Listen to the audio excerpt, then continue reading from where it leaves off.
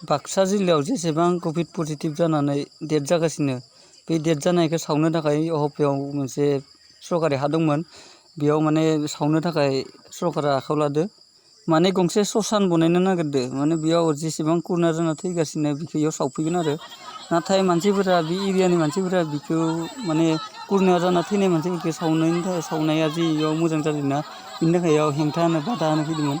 नाथाय सरकारा मानिया बिनि थाखाय इयाव एसडिसि फैदो एडिसनेल एसपि फैदो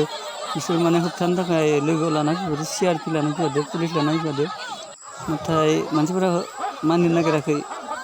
नाथाय रायजोआबो सिं जानानै लास्टाव बुनायथारनाय जाबाय ओमफ्राय गैला दा जाथारसिगोन नोंथांमोननो आं मोजाङैनो देखायनो सानदोंमोन भिडिअबो खालामबाय दंमोन नाथाय पुलिसफोरा एसे हेंथा होनायखाय आं भिडिअ खालामनो हायासै बिनि थाखाय आं निमाहा बिनाय थाबाय नोंथांमोननो मोजां खिन्थिनो हायासै थेवबो जिखिनि आं भिडिअ बानायदों बेखिनिखौ नोंथांमोना नायगोन होनना सानदों नायजोबगोन होनना सानदों